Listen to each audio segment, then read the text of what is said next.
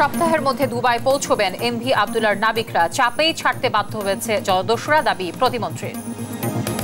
আগুনে পুরল চট্টগ্রামের ফিরিঙ্গি বাজার বস্তি। নিঃস্ব অনেক মানুষ। সিলেটে বিদ্যুৎ কেন্দ্রে আগুনের ঘটনায় সরবরাহ বন্ধ। ঈদ ও নববর্ষে ছুটি শেষে কর্মস্থলে ফিরছে মানুষ। লঞ্চে নেওয়া হচ্ছে অতিরিক্ত ভাড়া, অভিযোগ অস্বীকার মালিক পক্ষে। কুষ্টিয়া আওয়ামী লীগ নেতা আতাহারের বিরুদ্ধে ত্রাস সৃষ্টির অভিযোগ। বৈধ অস্ত্রের অবৈধ ব্যবহারে আতঙ্কে এলাকাবাসী। দর্শক শুনছিলেন দেশ জনপদ সংবাদ শিরোনামগুলো, সঙ্গে রয়েছে আমি তানজিয়া জুথি। জানাবো বিস্তারিত। সোমালীয় জলদস্যুদের থেকে মুক্ত হওয়ার পর জাহাজ এমভি আব্দুল্লাহ ও 23 নাবিককে পাহারা দিয়ে জলসীমা পার করে দিচ্ছে ইউরোপীয় ইউনিয়নের নৌবাহিনীর জাহাজ। নাবিকদের মুক্তি মিললেও তাদের দেশে আসতে সময় লাগতে পারে আরও 10 দিন। নাবিকদের অপেক্ষায় এখন স্বজনরা। নৌপরিবহন প্রতিমন্ত্রী জানিয়েছেন, নানা চাপে জাহাজ ও নাবিকদের ছাড়তে বাধ্য হয় জলদস্যুরা। চট্টগ্রাম থেকে ইশতিয়াক খানের প্রতিবেদন। ছোট একটি বিমান থেকে 3টি ব্যাগে মুক্তিপণের অর্থ দেওয়া হয় সোমালি জলদস্যুদের। আর সে টাকা বুঝে নিয়ে জাহাজ থেকে নেমে যায় তারা। এরপরই মুক্ত হয় নাবিক সহ জাহাজটি।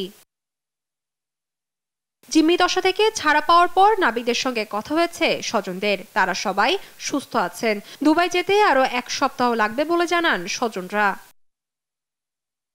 জিম্মি জাহাজ এমভি আব্দুল্লাহকে সোমালিয়ার জলদস্যুদের কাছ থেকে মুক্ত করতে কত টাকা মুক্তিপণ দিতে হয়েছে বা আদৌ মুক্তিপণ দিতে হয়েছে কিনা তা নিয়ে মুখ খোলেনি জাহাজটির মালিক প্রতিষ্ঠান KSRM গ্রুপ। প্রতিষ্ঠানটির দাবি, যা হয়েছে সব বৈধ উপায়ে হয়েছে।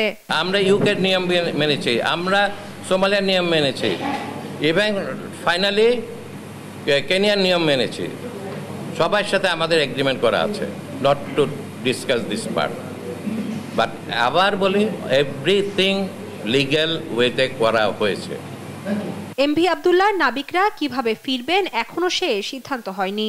দুবাই থেকে আমরা জাহাজটা চিটাঙে নিয়ে আসবো কার্গো নিয়ে, কারণ আমাদেরও খুব ইচ্ছা জাহাজটার কন্ডিশনটা, টেকনিক্যাল কন্ডিশনটা একটু চেক করা নিজের চোখে। যদি নাকি জাহাজে করে চলে আসি, ক্রুদের উপর অপশন থাকবে, তোমরা জাহাজে আসবা না ফ্লাই করে আসবা, will be prepared accordingly after tomorrow. এদিকে সচিবালয়ে নৌ পরিবহন প্রতিমন্ত্রী জানান, মুক্তিপণের বিষয়ে তার কাছে কোনো তথ্য নেই। জলদস্যুদের উপর চাপ প্রয়োগ করেই জাহাজ এবং নাবিকদের মুক্ত করা হয়েছে।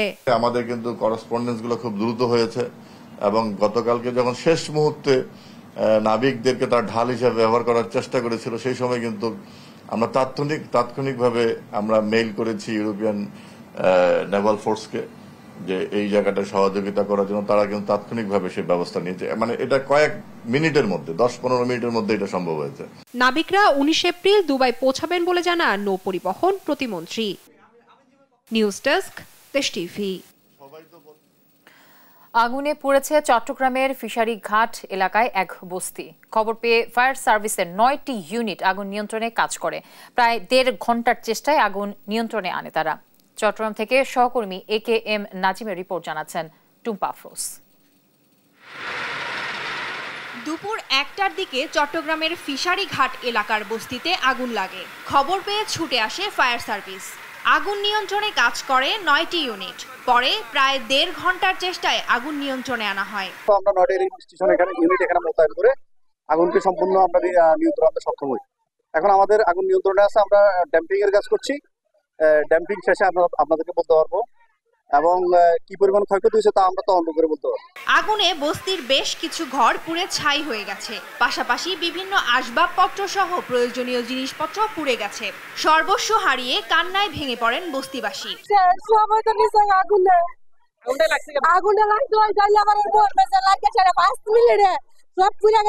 প্রায় 250-300 ঘর ছিল, সব পুড়ে ছাই। মালসামালা কিছু বের করতে পারে নাই। আমি গেছি মাছ বিক্রি করতে, আয়া দিয়ে আমার ঘরের কিচ্ছু নাই। টাকা পয়সা, স্বর্ণ, মাল টাল, ফ্রিজ থেকে ধরে কিচ্ছু বার করতে পারি নাই। আগুন জ্বালিয়ে পড়ে তাই আমরা ঘরে এলো, জ্বালিয়ে পড়ে তাই ভাত করে আবার এখনো কিচ্ছু না, ওটা বার করতেছি না। না বাবা দিবে আমার ছেলে সহ প্রচুর চেষ্টা করছে, চেষ্টা করে ফায়ার ব্রিগেড আসছে। আলহামদুলিল্লাহ আসার পরে আগুনের কারণ এবং ক্ষয়ক্ষতির পরিমাণ সম্পর্কে তাৎক্ষণিকভাবে জানা যায়নি। নিউজ ডেস্ক, দেশ টিভি। দর্শক, ঘটনাস্থল থেকে সরাসরি যুক্ত হচ্ছেন সহকর্মী AKM নাজিম। আমি দর্শকে যেমনটি বলছিলাম যে প্রায় 9টি ইউনিট 1.5 ঘন্টার চেষ্টায় আগুন নিয়ন্ত্রণে এনেছে। তো এখন আসলে জানতে পেরেছেন কিনা যে আগুনের সূত্রপাত কিভাবে হলো এবং ক্ষয়ক্ষতির পরিমাণ সম্পর্কে কি তথ্য আছে আপনার কাছে?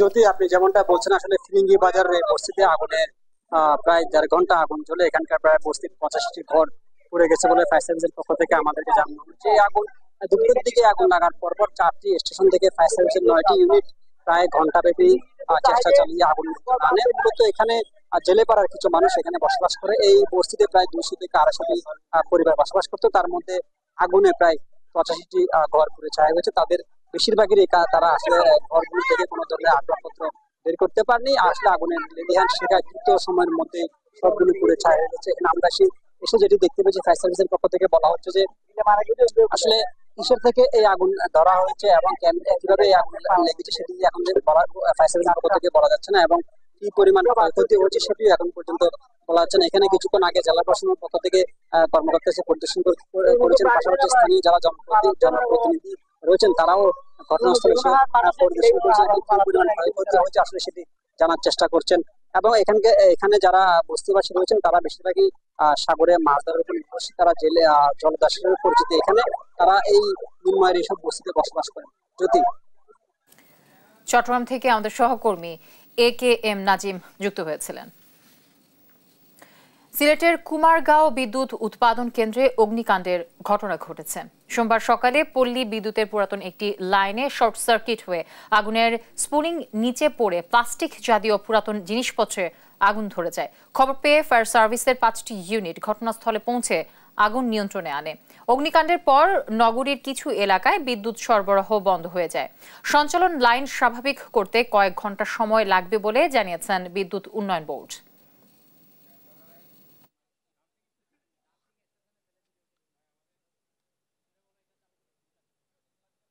তিন স্প্যান তার চেঞ্জ করে দিয়ে আমরা 70,000 গ্রাহকের বিদ্যুৎ দিয়ে দিব।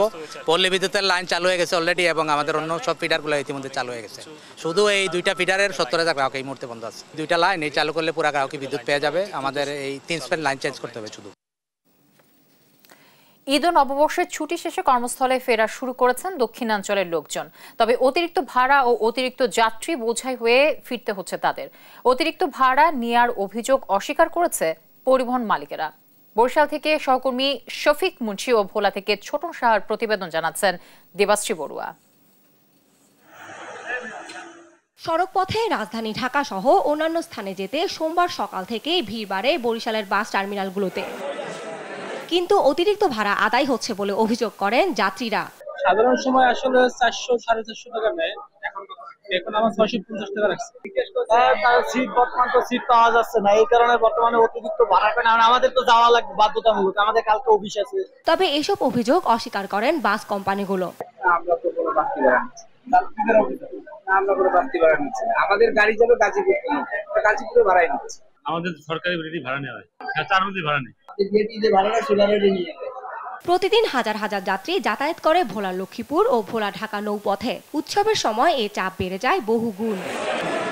ঈদের ছুটি শেষে চট্টগ্রাম ও রাজধানীমুখী মানুষ কর্মস্থলে ফিরতে শুরু করেছে, কিন্তু ঘাটে এসেই তাদের পড়তে হচ্ছে বিড়ম্বনায়। প্রয়োজনের তুলনায় নৌযানের সংখ্যা খুবই কম। পর্যাপ্ত পরিমাণ কিন্তু যাত্রী হয়ে গেছে, তারপরেও কিন্তু ওনারা আরো অপেক্ষা করতেছে এবং আরো যাত্রী তুলতেছে। লঞ্চে অনেক ভিড়, আর লঞ্চ যেটা আছে এটা তো প্রচুর ভিড়, এটাতে যাওয়া যাবে না। এই গরমের ভিতরে দাঁড়ায় দাঁড়ায় তো যাওয়া সম্ভব না। এখন তো কিছু করার নেই, আমাদের কর্মস্থলে ফিরে যেতে হবে জীবন তাগাদায়। লোকজনও বেশি, আমাদের ভোগান্তি করে যাইতে হয়, ভোগান্তি ভাড়াও বেশি, চাপাচাপি করে যাইতে হয়। তবে জেলা প্রশাসক বলছেন যাত্রীদের দুর্ভোগ লাঘবে মনিটরিং চলছে।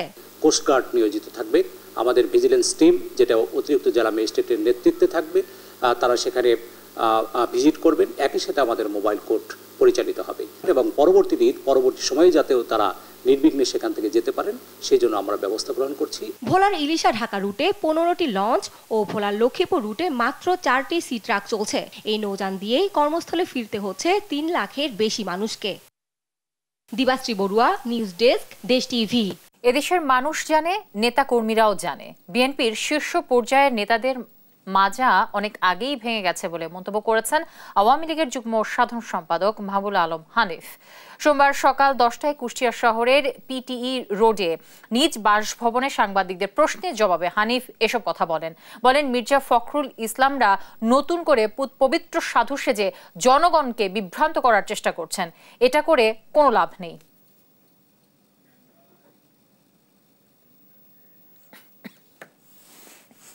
নতুন করে মির্জা ফখরুলরা একেবারে পুত পবিত্র সাধু সেজে কথা বলে জনগণকে বিভ্রান্ত করার চেষ্টা করছে, এগুলো কোনো লাভ নেই। প্রকাশ্যে অস্ত্রের মহড়া, হুমকি ধামকি, জবর দখল সহ নানা বিতর্কিত কর্মকাণ্ডে আলোচিত কুষ্টিয়ার মিরপুর উপজেলা আওয়ামী লীগের যুগ্ম সাধারণ সম্পাদক আতাহার আলী। দীর্ঘদিন ধরে এলাকায় তার ত্রাসের রাজত্ব চললেও দেখে না প্রশাসন। আতাহারের বৈধ অস্ত্রের অবৈধ ব্যবহারে আতঙ্কিত এলাকাবাসী, অসহায় স্থানীয় সংসদ সদস্য। ইরফান রানার ক্যামেরায় কুষ্টিয়া থেকে নাহিদ হাসান তিতাসের রিপোর্ট। ফিল্মি স্টাইলে প্রকাশ্য অস্ত্র হাতে আওয়ামী লীগ নেতা আতাহার আলীর এমন মহড়ার দৃশ্য কুষ্টিয়ার মিরপুরে নিত্যদিনের ব্যাপার। এই নেতা দীর্ঘদিন ধরে নানা বিতর্কিত কর্মকাণ্ড চালালেও আওয়ামী লীগের পদের দাপটে প্রশাসনের নাম ভাঙিয়ে থেকেছেন ধরাছোঁয়ার বাইরে। যখন যেভাবে যাকে খুশি অস্ত্র দেখিয়ে ভয়ভীতি প্রদর্শন, হুমকি ধামকি, জবরদখল সহ এই নেতার তাসের রাজত্বে আতঙ্কিত এলাকাবাসী। বিভিন্ন মাধ্যমে হুমকি ধামকি সহ তিনি তার ব্যক্তিগত লাইসেন্সকৃত পিস্তল দিয়ে হুমকি দিয়েছে, সেই ছবিও আপনারা দেখছেন। আওয়ামী লীগের নাম ভাঙে সারা এলাকায় ত্রাসের রাজত্ব কায়েম করেছেন। পিস্তল ওপেন নিয়ে মানুষের ঠেকাইয়ে মারধর করে এবং চাঁদাবাজি করে। সম্প্রতি গত 13 এপ্রিল দ্বাদশ জাতীয় সংসদ নির্বাচনে বিরোধের জের ধরে স্বতন্ত্র এমপি কামারুল আরিফিনের 2 সমর্থককে প্রকাশ্য গুলি করে এই আওয়ামী লীগ নেতা আতাহার আলী, যারা এখন হাসপাতালে মৃত্যুর সাথে পাঞ্জা লড়ছে। ওই ভাই আমার সাথে যাতে মানে 5-7 দূরের ভিতরে উনি ধামকার গুলি করে দিল। আমার নানা পাশ দিয়ে পলাই যাচ্ছে, পরে আমার নানার পিছ যায় মনে করেন সামনে থেকে বুকে গুলি করছে। এদিকে আওয়ামী লীগ নেতা আতাহারের এমন অস্ত্রের দাপটে অনেকটাই অসহায় স্থানীয় সংসদ সদস্য। প্রধানমন্ত্রীর হস্তক্ষেপ চান তিনি। এই খুনিরা যাতে নির্মূল করার জন্য আইনের সর্বোচ্চ ব্যবস্থা নেওয়ার জন্য, এবং আমি প্রশাসনকেও বলবো আপনারা নিরপেক্ষ ভূমিকা পালন করে। তবে পুলিশ বলছে এখন পর্যন্ত তার বিরুদ্ধে কোনো অভিযোগ পাননি তারা। এ ধরনের ঘটনার সাথে তিনি জড়িত থাকলে নেওয়া হবে ব্যবস্থা। মামলা এখনো ইজাহার পায়নি, প্রসেসে আছে ভাই। অবশ্যই সে এই ঘটনায় জড়িত থাকলে তো অবশ্যই তার দীর্ঘদিন ধরে এই আওয়ামী লীগ নেতার প্রকাশ্য অস্ত্রের মহড়া চললেও নেওয়া হয়নি কোনো ব্যবস্থা। তাই দ্রুত তার এই অস্ত্র উদ্ধার সহ তাকে আইনের আওতায় আনার দাবি স্থানীয়দের। নাহিদ হাসান তিতাস, দেশ টিভি, কুষ্টিয়া। চুয়াডাঙ্গায় কয়েকদিন ধরেই মাঝারি তাপপ্রবাহ বয়ে যাচ্ছে।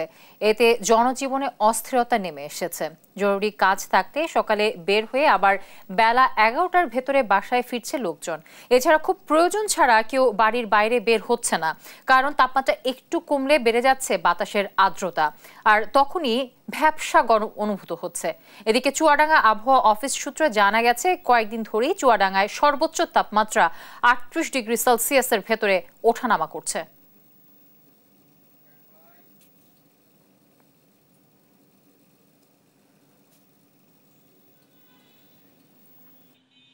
আজ চুয়াডাঙ্গায় দুপুর 3টায় সর্বোচ্চ তাপমাত্রা 38.6 ডিগ্রি সেলসিয়াস রেকর্ড করা হয়েছে এবং বাতাসের আর্দ্রতা ছিল 33%। এই জেলার উপর দিয়ে মাঝারি ধরনের তাপপ্রবাহ বয়ে যাচ্ছে কয়েকদিন ধরে, এবং আপাতত বৃষ্টির সম্ভাবনা পূর্বাভাসে দেওয়া হয়নি। তবে কালবৈশাখীর সিজন যেহেতু আকস্মিক ঝড় বা বৃষ্টির সম্ভাবনা তখন জানানো হবে। নারায়ণগঞ্জের লাঙ্গলবন্দে ব্রহ্মপুত্র নদের তীরে আজ থেকে শুরু হচ্ছে 2 দিন ব্যাপী হিন্দু ধর্মাবলম্বীদের মহাতীর্থ অষ্টমী স্নানোৎসব। উৎসবে নদের 18টি ঘাটে যোগ দেবে 10 লাখের বেশি পুণ্যার্থী। এজন্য 3 কিলোমিটার এলাকা জুড়ে প্রস্তুতি সম্পন্ন করেছে স্থানীয় প্রশাসন। তবে এবারও ঘাট সংকট আর পোশাক পরিবর্তনের স্থান কম থাকায় ভোগান্তিতে পড়ার শঙ্কা রয়েছে দর্শনার্থীদের। বিল্লাল হোসাইনের তথ্য ও ছবিতে দেবাশ্রী বড়ুয়ার ডেস্ক রিপোর্ট।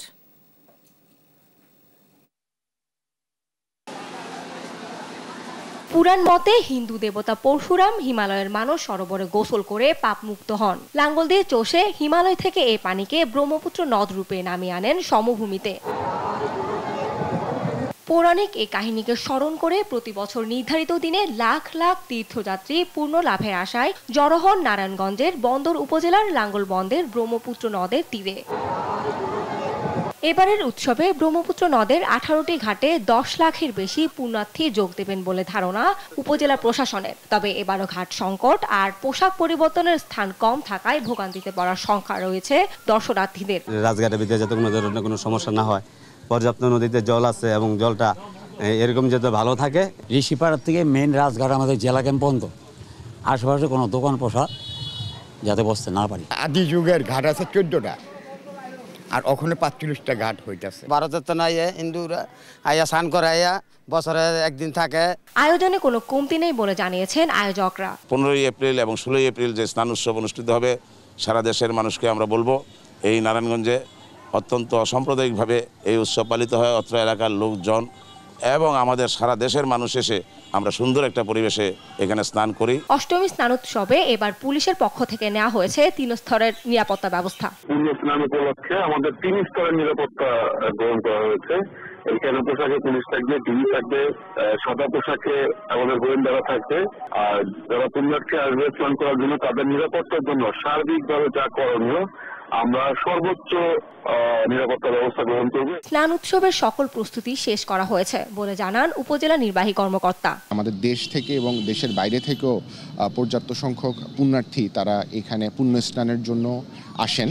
তাদের জন্য আমরা সম্পূর্ণ রকমভাবে আমাদের নিরাপত্তা ব্যবস্থা গ্রহণ করেছি। এটি ছাড়াও আমাদের জেলা পুলিশ এবং ডিএসবির মাধ্যমে তাদের নিরাপত্তার যাতে কোনো রকম ব্যত্যয় না ঘটে সেটিও আমরা সেই ব্যবস্থা গ্রহণ করা হয়েছে। স্নান উৎসবের মূল আনুষ্ঠানিকতা শুরু হবে মঙ্গলবার ভোর থেকে। শান্তিপূর্ণভাবে স্নান উৎসব শেষ করতে 3 কিলোমিটার এলাকা জুড়ে সকল প্রস্তুতি সম্পন্ন করা হয়েছে। নিউজ ডেস্ক, দেশ টিভি। আর এর সাথে শেষ করব দেশ জনপদ সংবাদ। তার আগে শিরোনামগুলো জানিয়ে দিব আরো একবার। এক সপ্তাহের মধ্যে দুবাই পৌঁছবেন এমভি আব্দুল্লাহর নাবিকরা, চাপেই ছাড়তে বাধ্য হয়েছে জলদস্যুরা, দাবি প্রতিমন্ত্রীর। আগুনে পুড়ল চট্টগ্রামের ফিরিঙ্গি বাজারে বস্তি, নিঃস্ব অনেক মানুষ। সিলেটে বিদ্যুৎ কেন্দ্রে আগুনের ঘটনায় সরবরাহ বন্ধ। ঈদ ও নববর্ষের ছুটি শেষে কর্মস্থলে ফিরছে মানুষ, লঞ্চে নেওয়া হচ্ছে অতিরিক্ত ভাড়া, অভিযোগ অস্বীকার মালিক পক্ষের। এবং কুষ্টিয়া আওয়ামী লীগ নেতা আতাহারের বিরুদ্ধে ত্রাস সৃষ্টির অভিযোগ, বৈধ অস্ত্রের অবৈধ ব্যবহারে আতঙ্কে এলাকাবাসী। দর্শক, এই ছিল এখনকার দেশ জনপদ সংবাদে। পরের বুলেটিন দেখার আমন্ত্রণ রইল। এছাড়া দেশ টিভির সর্বশেষ সব খবর পেতে ভিজিট করুন www.desh.tv। ফেসবুকে আমাদের সঙ্গে যুক্ত থাকুন দেশ টিভি অথবা দেশ টেলিভিশন পেজে। এছাড়াও সর্বশেষ সব ভিডিও পেতে ইউটিউবে আমাদের হ্যান্ডেল @দেশ টেলিভিশন অথবা @দেশ টিভি নিউজ লিখে সার্চ করুন। ধন্যবাদ সবাইকে সাথে থাকার জন্য।